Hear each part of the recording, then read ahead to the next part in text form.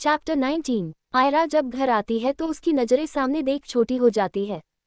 आयरा अंदर आर्यन की ओर सवालिया नजरों से देखती है, जिसे समझ आर्यन सोफे से उठ आयरा से बोला, दी ये आरवी है।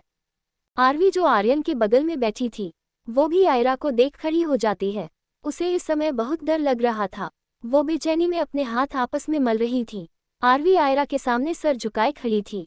आर्यन आयरा से रिक्वेस्ट करते हुए बोला, दी इसके पास रहने के लिए जगह नहीं थी, मैं इसे यहाँ ले आया। आपको कोई प्रॉब्लम तो नहीं है ना? आयरा एक नज़र आरवी को देख बिना कोई जवाब दिए अपने रूम में चली जाती है। आयरा के जाने के बाद आर्यन पीछे खड़े समर्थ की ओर देख पूछता है, दी को क्या हुआ? समर्थ ना में गर्दन हिला बोला, पता नहीं सर, मैम आज सुबह से शांत ही है, काम के अलावा कोई बात नहीं की। समर्थ इतना कह अपने रूम की ओर चले जाता है। आरवी आर्यन से कहती है, डॉक्टर साहब आपकी बहन को हमारा यहाँ आना पसंद नहीं आया, उन्होंने कुछ भी नहीं कहा, हम सुबह होते ही चले जाएंगे। आर्यन आरवी से बोला, ऐसा कुछ नहीं है, तुम भी जाकर फ्रेश हो जाओ, कल सुबह तुम्हें हॉस्पिटल ले जाऊंगा। रही बात दी की आवाज जा चुकी है, वो बोल नहीं सकती। सामने रूम की ओर इशारा करते हुए आरवी उस रूम में चली तो जाती है, लेकिन उसके पास कपड़े ही नहीं थे चेंज करने के लिए। वो बेड पर बैठकर कुछ समय पहले की सोचने लगती है। फ्लैशबैक। आर्यन अपने केबिन में कुर्सी पर बैठे बैठे ही सो गया था। आरवी धीरे से उसके केबिन में आवाज लगाते हुए, डॉक्टर साहब। आर्यन उसकी आवाज सुन अपनी आंखें धीरे धीरे खोल सामने आरवी को देख ठीक से बैठते हुए बोला, क्या हुआ? आरवी आर्यन के पैरों के पास आ घुटनों के बल बैठ जाती है। आरवी रोते हुए खुशी दर्द के मिले जुले भाव लिए बोली, डॉक्टर साहब धन्यवाद हमारे भाई का ऑपरेशन करने के लिए, लेकिन हमारे पास आपको फीस देने के लिए कुछ नहीं है। इतना कह उसका रोना बढ़ जाता है। आर्यन अचानक यू आरवी के उसके पैरों में पड़ने से अपनी जगह से उठ थोड़ा पीछे हो जाता है। आर्यन आरवी शांत करवाते हुए बोला, तुम पहले खड़ी हो जाओ, रही बात मेरी फीस की तो मुझे कुछ नहीं चाहिए, तुम घर जाकर आराम करो, सुबह आ जाना, यहाँ तुम्हारे भाई का ख्याल रखने के लिए नज है। उद्धरण चिन्ह। आरवी उठ जाने लगती है तो आर्यन उसे रोकते हुए बोला, वैसे तुम्हारा नाम क्या है? आरवी के जाते कदम रुक जाते हैं और वह पलटकर धीरे से बोली, जी आरवी। इतना कह आर्यन के केबिन से निकल जाती है। कुछ देर बाद आर्यन जब घर के लिए निकलता है तो देखता है आरवी अपने भाई के आईसीयू वार्ड के बाहर बैठी थी। ना चाहते हुए भी आर्यन के कदम आरवी की ओर बढ़ जाते हैं। आर्यन आरवी के कंधे पर हाथ रख बोला, तुमने कुछ खाया? न जाने आर्यन को उसकी ओर एक खिंचाव महसूस हो रहा था। आरवी धीरे से रोहंदे गले से बोली, साहब हमने कर लिया। आर्यन आरवी की शक्ल देख बोला, मैं जानता हूँ, तुम झूठ बोल रही हो। आरवी का चेहरा एकदम मुरझाया हुए फूल की तरह अपने भाई की टेंशन लेकर हो चुका था। आरवी अपनी नजरें झुकाकर खड़ी हो जाती है, जो उसकी ना को बयां कर रही थी। आर्यन बोला, चलो तुम्हें तुम्हारे घर छोड़ देता हूँ। आर्यन को ध्यान नहीं रहता कि आरवी ने अपना घर बेचकर ही तो अपने भाई का इलाज करवाया है। आरवी बहुत ही धीमे चूहे जैसी आवाज निकाल कर बोली, साहब मेरा कोई घर नहीं है, मैं पिछले कुछ दिनों से यही हॉस्पिटल में रह रही हूँ। आर्यन ना जाने कुछ बोला, तुम्हें खाना बनाना आता है? आरवी हैरानी से आर्यन की ओर देखती है। आर्यन आगे बोला, हमने अभी यहाँ शिफ्ट किया है, तुम हमारे लिए खाना बना देना, साथ में रहने का जुगाड़ हो जाएगा, तुम पर कोई एहसान भी नहीं होगा, ना ये सोचना कि तुम्हारी मजबूरी का फायदा उठाने वाले हैं, तुम्हें तुम्हारे काम के पैसे भी मिलेंगे, अगर मंजूर है तो मैं बाहर तुम्हारा इंतजार करूंगा। आर्यन बाहर अपनी कार के पास चला जाता है। आरवी अपनी सोच में गुम थी कि एक नर्स जिसकी उम्र 40 साल होगी, वो आरवी को सलाह देते हुए बोली, बेटा मान लो उनकी बात, इतने अच्छे लोग आसानी से नहीं मिलते, काम के साथ तुम्हें रहने की भी जगह दे रहे हैं, मेरी मानो तो मना मत करना। तुम्हारे भाई को डिस्चार्ज मिलने के बाद तुम कहाँ जाओगी उसे इस हाल में सोचो जरा, क्या बुराई है जब सामने से सब मिल रहा है। आरवी आर्यन की बात मान उसके साथ उनके घर आ जाती है। Flashback and. आरवी अपनी सोच में गुम थी कि दरवाजे पर हुई दस्तक से वो अपनी सोच से बाहर आती है। वो सामने देखती है तो दरवाजे पर आयरा थी, उसके हाथ में कुछ कपड़े थे। आयरा अंदर आ उन कपड़ों को बैग पर रख, अपने फोन में लिख आरवी की ओर करते हुए, इन्हें चेंज कर लो, फिर डाइनिंग एरिया में आ जाना। आयरा फिर रूम से बाहर चली जाती है। कुछ देर बाद आरवी डाइनिंग एरिया में जाती है तो देखती है आयरा आर्यन और समर्थ को सर्व कर रही थी। जैसे ही आयरा की नज़र आरवी पर पड़ती है, वो आर्यन के कंधे पर हाथ रख आरवी को बुलाने का इशारा करती है। आरवी ने आयरा के को ऑर्डर्ड आउटफिट पहनी थी। आर्यन आयरा का इशारा समझ अंडरस्को, आरवी आओ आकर डिनर कर लो। आरवी अपने धीमे कदमों से डाइनिंग टेबल के पास खड़ी हो जाती है। आरवी को यूं खड़ा देख आयरा आगे बढ़ उसके लिए चेयर खींच बैठने का इशारा करती है। आरवी को ऐसा लग रहा था कि आयरा उसके यहाँ आने से नाराज है, इसलिए वो कुछ बात नहीं कर रही। आरवी अपनी जगह पर जमी रहती है। आयरा आरवी के पास उसे कंधे से पकड़कर चेयर पर बैठा, खुद भी उसके बगल वाली चेयर पर बैठ अपना और उसका खाना प्लेट में सर्व कर आर्यन की ओर इशारा करती है। आर्यन आरवी से बोला, आज तो दी ने खाना बना दिया, कल से हम सबका ब्रेकफास्ट लंच डिनर सब तुम्हें बनाना है, समझी? आरवी अपना सर हाँ में हिला देती है। सभी साथ में बैठ डिनर करने लगते हैं। तभी आर्यन का फोन रिंग करता है। आर्यन अपना फोन चेक कर आयरा से बोला, दी जीजू की कॉल आ रही है, क्या करूं? आयरा छोटी नजरें कर आर्यन को देखती है। आर्यन आयरा से बोला, दी उठा लूं, शायद कोई जरूरी काम हो। आयरा साइन लैंग्वेज में आर्यन से बोली, आर्यन हर काम मुझसे पूछकर करना जरूरी नहीं है, जो दिल करे वो कर सकते हो। आर्यन उस कॉल को पिक कर स्पीकर पर डाल देता है। कहीं ना कहीं उसे पता था कि उसकी बहन अपने पति से बहुत प्यार करती है, वो कहे ना, लेकिन उसने ये डाइवोर्स का डिसीजन अपने दिल पर बड़ा सा पत्थर रख कर लिया है। उधर से अरिन की आवाज आती है, आर्यन आयरा ठीक तो है ना? वो खुद को संभाल तो रही है ना? उसने खाना खाया या नहीं? ना जाने ऐसे एरन ने कितने ही सवाल एक ही साथ पूछ लिए थे। आयरा की आंखें नम थी। आर्यन एक बार अपनी दी की ओर देख रूखे स्वर में अरिन से बोला, आप होते कौन है अब ये सब पूछने वाले? अगर मेरी दी की इतनी फिक्र पहले कर लेते तो आज ये सवाल मुझसे पूछने की नौबत नहीं आती। आयरा अपने इमोशंस को कंट्रोल कर रही थी। अब उसका खाना खाना मुश्किल हो रहा था। वो अपनी प्लेट पीछे कर वहां से उठकर अपने रूम में चली जाती है। आर्यन आयरा के जाने के बाद अरिन से बोला, आप अगर ये सवाल उनके पास कॉल करके पूछते तो ज्यादा अच्छा होता। वैसे वो ठीक है, इतना कह आर्यन कॉल कट कर देता है। आरवी शांति से खाने खाते समय सब नोटिस कर रही थी। उसे ये आवाज कुछ जानी पहचानी लगती है। आरवी अपने मन में बोली, क्या ये आवाज उनकी है? दूसरी ओर वशिष्ठ मैंशन नेहा बालकनी में गहरी सोच में खोए हुए रेलिंग के सहारे खड़े चांद को निहार रही थी। विवान पीछे से उसे हक कर उसके बालों में अपना चेहरा छिपते हुए बोला, बेबी क्या सोच रही हो, जो तुम्हें मेरे आने का एहसास नहीं हुआ? नेहा विवान के हाथ पर अपना हाथ रखते हुए बोली, विवान क्या मैं गलत कर रही हूँ? सीईओ की पोजीशन के लिए दी से कंपटीशन कर। विवान सामने नेहा का चेहरा अपने हाथों में थाम बड़े प्यार से, ये सवाल तुम अपने दिल से क्यों नहीं करती? नेहा विवान की ओर देख बोली, तुम भी तो जीजू को अपना कुछ भी नहीं देना चाहते, अपनी प्रॉपर्टी में से। विवान नेहा को समझाते हुए बोला, मैं नहीं जानता कि डैड उसे प्रॉपर्टी देंगे या नहीं, लेकिन मैं बस इतना जानता हूँ कि अचानक से कोई आपके सामने एक 21 साल के लड़के को लाकर कहे कि ये तुम्हारा बड़ा भाई है, तो सोचो उस 19 के लड़के पर क्या गुजरी होगी। मुझे उससे नफरत नहीं है, बस वो पसंद नहीं है। उसके कारण मैंने अपनी मॉम की आंखों में आंसू देखे थे। चैप्टर 20। अब आगे। ये कहते समय विवान का गला भर आया था। वो एक गहरी सांस ले नेहा से बोला, तुम्हारे आयरा और मेरे अरिन के रिश्ते में बहुत बहुत फर्क है। अरिन जितना शांत और मासूम दिखता है उतना है नहीं, कुछ तो है जो वो सभी से छिपा रहा है, वरना ऐसा क्या हुआ जिन्होंने अरिन को 20 साल तक डैड से छिपा कर रखा? ऐसे अचानक डैड को बताया कि उनका कोई बेटा भी है। कोई तो कारण होगा छिपाने का, या फिर अचानक से सब बताने का। इतना कह विवान नेहा को गले लगा, उसके बालों को चूम कर बोला, चलो डिनर करते हैं। दोनों डिनर करने के लिए रूम में आ जाते हैं। दूसरी ओर आयरा अपने रूम में सोफे पर बैठी किसी गहरी सोच में गुम थी। फ्लैशबैक। विराज का केबिन। डाइवोर्स पेपर साइन करने के बाद और गुरुग्राम आने से पहले आयरा अपने सामने खड़े विराज वशिष्ठ से साइन लैंग्वेज में पूछती है, अब आप बताएंगे कि क्या हुआ था 7 साल पहले, जिस कारण अरिन आज तक उस हादसे से बाहर नहीं आ पा रहा। विराज शांत लहजे से अपने केबिन की बड़ी सी कांच की खिड़की के बाहर देखते हुए बोले, अगर अरिन नहीं बता रहा तो मैं कैसे बता सकता हूँ तुम्हें, जबकि मुझे भी कुछ ठीक से नहीं पता। आयरा साइन लैंग्वेज में, लेकिन अगर आपने नहीं बताया तो मैं अरिन को डाइवोर्स दे दूंगी। मैं डॉक्यूमेंट्स को साइन करके आ चुकी हूँ। आपके बिजनेस पर कितना असर पड़ेगा इसका ये तो आप जानते ही होंगे। इतना कह आयरा केबिन से चली जाती है, लेकिन आयरा के दरवाजे से बाहर निकलने से पहले विराज बोले, मानेसर। आयरा के बढ़ते कदम रुक जाते हैं। विराज आगे बोले, मानेसर गुरुग्राम हरियाणा में एक गांव है, वहां से लाया हूं मैं अरिन को, लेकिन उसका नाम बदल कर वहां अरिन नाम से उसे कोई नहीं जानता। आयरा सवालिया नजरों से पलटकर विराज को देख रही थी। विराज वशिष्ठ आगे बोले, इसके आगे का मैं कुछ नहीं बता सकता, तुम खुद पता कर सकती हो वहां जाकर, लेकिन डाइवोर्स की न्यूज़ बाहर मत आने देना। आयरा व्यंग्यात्मक मुस्कान के साथ, वैसे इस शादी के बारे में पता किसे है? साइन लैंग्वेज में। फ्लैशबैक एंड आयरा अपने चेहरे को अपने हाथ में छिपाकर बैठी थी। आरवी किचन में झूठे बर्तन साफ कर रही थी। आर्यन किचन में आता है। आरवी आर्यन को देख बोली, अंडस्को डॉक्टर साहब कुछ चाहिए था आपको। आर्यन एक प्लेट में खाना सर्व करते हुए बोला, तुम अपना काम करो। आर्यन आयरा के लिए खाना लेने आया था, क्योंकि आयरा आर्यन की कॉल आने पर बिना खाना खाए रूम में चली गई थी। उसने कुछ ठीक से नहीं खाया था।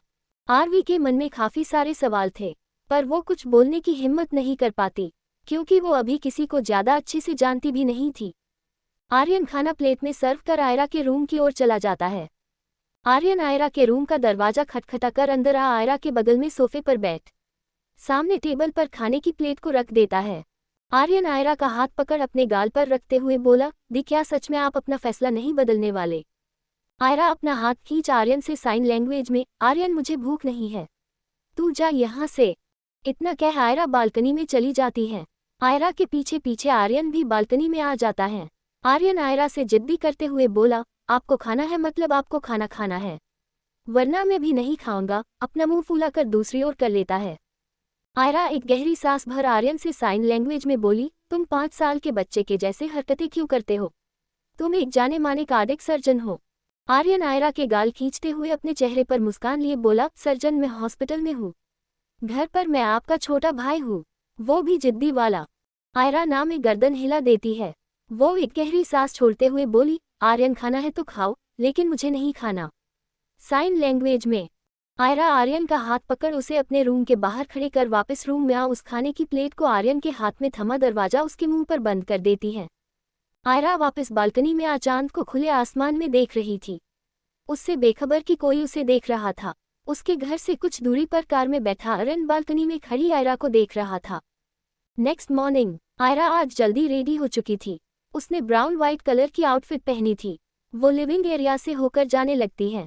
आरवी आयरा को पीछे से आवाज लगा रोकते हुए बोली, दीदी ऐसे खाली पेट नहीं जाते, नाश्ता कर लीजिए। उद्धरण चिन्ह। आयरा बिना कुछ बोले जल्दबाजी में घर से बाहर निकल जाती है। कुछ देर बाद आयरा मानेसर विलेज की ओर जाने वाले रास्ते पर अपनी गाड़ी साइड में रोक सामने लगे रूट बोर्ड को देख रही थी। मानेसर 1 किलोमीटर। आयरा स्टीयरिंग पर अपनी पकड़ कस देती है।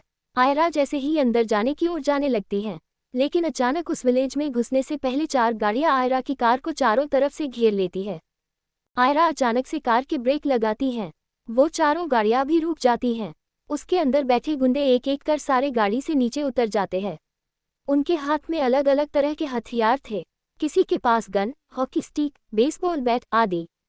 आयरा ये देख अपनी कार को लॉक कर लेती है। उनमें से एक गुंडा आ गया आयरा की कार की ओर बढ़त जाता है। आयरा बस उसे अपनी ओर बढ़ते देख रही थी। वो आयरा की कार का दरवाजा खोलने की कोशिश करता है, लेकिन दरवाजा नहीं खुलता, न ही आयरा खोलती है। ये देखकर वो गुंडा गुस्से से चिल्लाते हुए अपने हाथ में ली हॉकी से कार के फ्रंट मिरर को 2 से 3 बार में हॉकी स्टिक मारते हुए तोड़ देता है। अब उस गुंडे ने धीरे धीरे कार के सारे मिरर तोड़ने शुरू कर दिए थे। आयरा अपना फोन चेक करती है, लेकिन उसके फोन में रेंज नहीं थी। आयरा को ये सब बहुत अजीब लग रहा था। आयरा ये देख अपने चेहरे को अपने हाथों पर रख लेती है। एक गहरी सांस के मिस्टीरियस स्माइल करती है। क्या होगा आगे जानने के लिए बने रहिए। चैप्टर 21। Ayra is missing. अब आगे। उस गुंडे ने आयरा की कार का शीशा तोड़ अंदर हाथ डाल कार अनलॉक कर आयरा की सीट बेल्ट खोल उसे खींचते हुए कार से बाहर निकाल कर कार के सहारे खड़ा कर बोला, बहुत छिपा लिया तुझे उसने, अब कहाँ जाएगी तू? आयरा बस उसे बिना पल के झपकाए देख रही थी। पता नहीं चल पा रहा था वो डर हुई है या नहीं। वो गुंडा अपने फोन से किसी के पास कॉल करता है। उधर से कॉल 2 ही रिंग में पिक कर ली जाती है। वो गुंडा आयरा की गर्दन पर हॉकी स्टिक रखे हुए बोला, जनाब क्या करना है इसका, छोड़ दूं या? उसकी बात को बीच में काटते हुए इधर से आवाज आती है, मारो 2 साली को।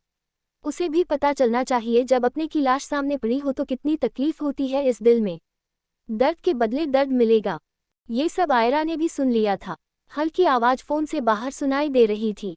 वो गुंडा हॉकी को कार के बोनट पर रख अपने पीछे से चाकू निकालकर बोला, तेरा तो मुंह भी बंद नहीं करना पड़ेगा, तू गूंगी जो है। इतना कह हंसने लग जाता है। वो गुंडा चाकू आयरा की ओर बढ़ा देता है, लेकिन वो चाकू आयरा को मार पता उससे पहले उसके कान में एक आवाज पड़ती है। दूसरी ओर अरेन एयरपोर्ट के अंदर मुंबई जाने के लिए फ्लाइट की ओर बढ़ता है। वो बस यहाँ आयरा को एक बार देखने आया था। उसका फोन रिंग होता है। एक अननोन नंबर से कॉल था। वो अपनी कॉल पिक करता है। उधर से बात सुन वो हैरान रह जाता है। अरिन दौड़ता हुआ बाहर की ओर वापस आ जाता है। रास्ते में गिरता टकराता हुआ वापस बाहर आए एक टैक्सी कार रोककर उसमें बैठ निकल पड़ता है। दूसरी ओर आर्यन आरवी को लेकर हॉस्पिटल पहुंच जाता है। वो दोनों ही उसके भाई के वार्ड की ओर बढ़ जाते हैं। आर्यन उसके भाई का चेकअप कर आयरा से बोला अभी सब नॉर्मल है, बाकी उसके होश में आने के बाद पता चलेगा। इतने में आर्यन का फोन बज पड़ता है। आर्यन कॉरिडोर में आ कॉल पिक करता है। उधर से अरिन की घबराई हुई आवाज उसके कानों में पड़ती है, आयरा कहाँ है? आर्यन जवाब देते हुए बोला, आज दी जल्दी ही काम पर चली गई थी। कुछ हुआ है? जीजू जो आप इतने परेशान लग रहे हो। अरिन की घबराई आवाज आती है, आयरा की जान खतरे में है। इतना कह अरिन कॉल कट कर देता है। अरिन ड्राइवर से अंडरस्को प्लीज थोड़ी तेज चलाए, किसी की जिंदगी का सवाल है। ड्राइवर कार ड्राइव करते हुए बोला, सर चला तो रहा हूँ, अब इससे ज्यादा तेज नहीं चला सकता। ये कार है, रॉकेट नहीं है। उधर हॉस्पिटल में आर्यन के हाथ से अरिन की बात सुन मोबाइल छूटकर नीचे गिर जाता है। वो जैसे तैसे खुद को संभाल बाहर की ओर भागकर अपनी कार में बैठ कार स्टार्ट कर निकल जाता है। उसके लिए खुद को संभाल पाना बड़ा मुश्किल था, क्योंकि उसकी दुनिया उसकी दी से शुरू हो अपनी दी पर ही खत्म हो जाती है। आर्यन कार तेजी से दौड़ते हुए साइट की लोकेशन पर पहुंचता है। वो वहां पहुंच सबसे पहले समर्थ के पास जा आयरा के बारे में पूछता है। समर्थ दी कहाँ है? हौंफते हुए, लंबी लंबी सांस लेते हुए समर्थ हैरानी से, लेकिन मैम तो सुबह से ही यहाँ नहीं आई। आर्यन, क्या? हैरानी परेशानी के साथ, ऐसा कैसे हो सकता है? दी सुबह जल्दी ही आ गई थी। आर्यन समर्थ से फिर से पूछता है, ढूंढ यही कहीं होगी दी। समर्थ मना करते हुए बोला, सर मैं सच कह रहा हूँ, मैम आज साइट पर आए ही नहीं है। आर्यन परेशानी से बोला, दी यहाँ नहीं आई तो कहाँ गई? आर्यन वापस अपनी कार के पास आ जाता है। आर्यन के पीछे पीछे एक वकर आकर बोला, साहब कल मैम यही पास ही के एक गांव के बारे में मुझसे पूछ रही थी, हो सकता है वह वहां गई हो। आर्यन उस वकर से जल्दबाजी में पूछते हुए, कहाँ है वो गांव, बताओ मुझे। वकर बताते हुए, यही आगे है 10 किलोमीटर की दूरी पर। आर्यन रास्ता पूछ कार में बैठ वहां जाने के लिए निकल पड़ता है। कुछ समय बाद आर्यन बस 1 किलोमीटर की दूरी पर था। जैसे ही वो कुछ दूर आगे जाता है, सामने का नजारा देख दंग रह जाता है। काफी सारी पुलिस, एम्बुलेंस, आसपास के लोगों की भीड़ जमा थी। आर्यन की नज़र टूटी फूटी आयरा की कार पर जाती है। आर्यन अपनी कार रोक जल्दी से उस भीड़ को चीर कार के पास जा चेक करता है, लेकिन कार में आयरा नहीं थी। आर्यन की दिल की धड़कन बेकाबू हो चुकी थी। कार के पास खून था, कांच बिखरा पड़ा था, लेकिन आयरा का कुछ नहीं पता था।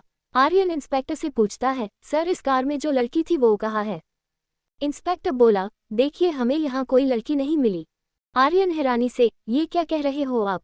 ये कार मेरी दी की है। कार की हालत ऐसी क्यों है? क्या हुआ है यहाँ? कहाँ है मेरी दी?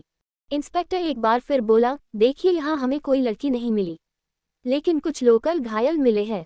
आर्यन इंस्पेक्टर की कॉलर पकड़कर झंझोरते हुए बोला, ये मेरी दी की कार है और आप कह रहे हो कि आपको कोई लड़की नहीं मिली? ऐसा कैसे हो सकता है? उद्धरण चिन्ह। आर्यन को इंस्पेक्टर की कॉलर पकड़े देख दो हवलदार जल्दी से आ गया आर्यन को पकड़ इंस्पेक्टर से दूर करते हैं। आर्यन घुटनों के बल बैठ जाता है, नम आंखों और भीगे गले से रिक्वेस्ट करते हुए बोला, प्लीज मेरी दी को ढूंढ दीजिए इंस्पेक्टर। अरिन भी यहाँ पहुंच चुका था। वो जल्दी से ड्राइवर को पैसे दे भीड़ को चीरते हुए आयरा की कार के पास आता है। वो सामने आर्यन को देख उसे खड़ा करते हुए बोला, आर्यन डोंट क्राई, हिम्मत मत हारो। अरिन को देख आर्यन की बची कुची हिम्मत भी साथ छोड़ देती है। आर्यन अरिन को गले लगाकर बोला, ये दी की कार है। ये कह रहे हैं कि दी यहाँ नहीं मिली, प्लीज इन्हें कहिए दी को ढूंढे, मुझे मेरी दी चाहिए। ये कह आर्यन की आंख से आंसू बह जाता है। अरिन आर्यन को शांत करवाते हैं। वो उसकी पीठ को रब कर रहा था। अरिन इंस्पेक्टर को देखकर बोला, आई एश्योर इंस्पेक्टर आपको यहाँ कोई लड़की नहीं मिली। इंस्पेक्टर इरिटेट होते हुए, 2 बार बता चुका हूँ, कोई लड़की नहीं मिली, पहले ही सिरदर्दी है, ऊपर से ये जनाब मुझ पर ही कॉलर पकड़कर चिल्ला रहे थे। अरिन आर्यन की ओर से माफी मांगते हुए बोला, सॉरी सर, मैं आपसे माफी मांगता हूँ। ये अपनी दी से बहुत प्यार करता है, थोड़ा इमोशनल हो गया बच्चा है। इंस्पेक्टर ऊपर से नीचे तक आर्यन को देख बोला, ये मुस्टंडा तुम्हें बच्चा लगता है? अरिन बोला, इसका दिल बच्चों जैसा है, क्या हो गया अगर इसकी उम्र बड़ी है? एक बार फिर मैं आपसे माफी मांगता हूँ, प्लीज मेरी वाइफ का कुछ पता लगाए। इंस्पेक्टर एक गहरी सांस ले बोला, मैं समझ सकता हूँ, हमारा भी तो सोचो, हम भी परेशान हैं। इंस्पेक्टर आगे बोला, अपनी वाइफ की हमें फोटो दीजिए। हो सकता है किडनैपिंग हो, लेकिन हमें यहाँ काफी सारे घायल लोग मिले हैं। आपकी वाइफ कोई कॉप है क्या जो इन सबको अकेले ने धो दिया, या कोई और था उनके साथ? आर्यन आगे आकर बोला, हादी की फाइटिंग स्किल्स बहुत कमाल की है। वो जूडो की पिंक बेल्ट चैंपियन भी रह चुकी है। अच्छा, ऐसी तोप है क्या वो? एक हवलदार बोला। लेकिन वो गई तो गई कहाँ? इंस्पेक्टर सोचते हुए बोला, बी बाय, मिलेंगे नेक्स्ट चैप्टर में। बी बाय, मिलेंगे नेक्स्ट चैप्टर में।